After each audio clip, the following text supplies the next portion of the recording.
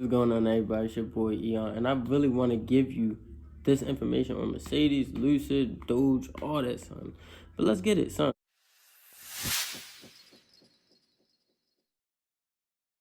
So first of all, Dogecoin. I kept telling people, son, if Dogecoin is running up and they have already hit, what's that, 30 cent, 37 cent, why would you continue to buy, son? Unless you bought in at like 7 cent when it was under a penny, 17 cent, 10 cent.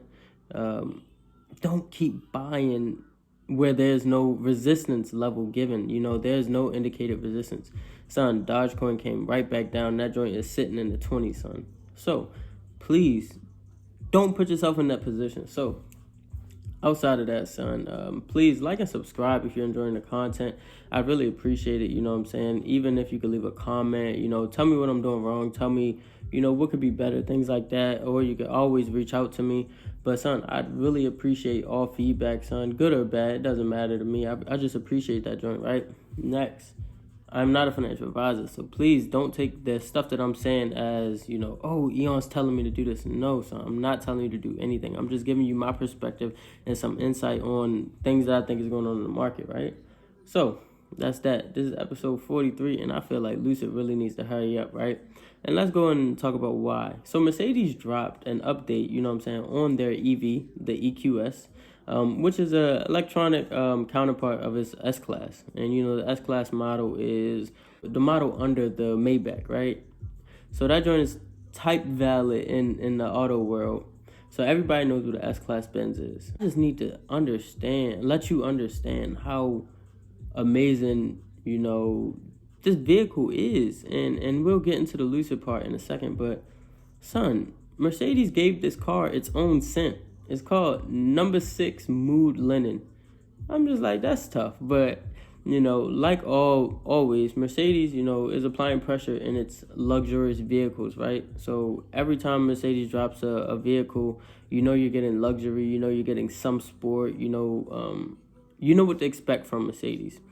And it would not be difficult for Mercedes to drop EV and make sales because they already have a positive reputation for making quality vehicles over a long period of time. Mercedes is not new to the game. They've been in this, auto world for years, since before I was born, probably since before some of y'all were born, right? So Mercedes has been around for a good amount of time. And now we have some new vehicles such as Lucid, even Tesla is a new vehicle, right? So you have all these new vehicles. Some are focused on quality, some are just focused on, the aspect of EV performance.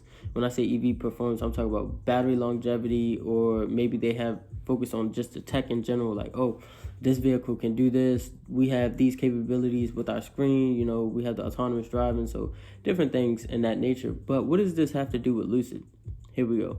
Lucid has been working diligently to ensure that they've been releasing, that they could and that they will release a vehicle that's nearly perfect, which is wonderful, but it comes at a cost, and this delay is causing investors to get impatient, in my opinion. That's what I'm thinking. I feel like investors are getting impatient, and the reason for that is I'm looking at the stock price. I feel like the reason that Lucid has been dropping dollar by dollar, CCIV has been dropping dollar by dollar, is because investors are just tired of waiting for them to release this vehicle. They were supposed to release it, this spring.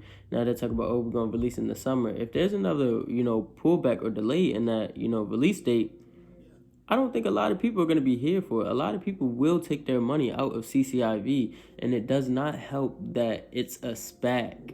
Once they finally come and turn it to LCID, which is LCID, then maybe, it'll be more structured and more people will be willing to put their money in it. But you're not going to put your money into something that's going to turn into something else. So it'll be better to just buy the real thing, right? And we all know once something merges from a SPAC to the real company, there's typically a pullback in the price. Just look what happened with SBE when it turns into a charge point. Son, you know me.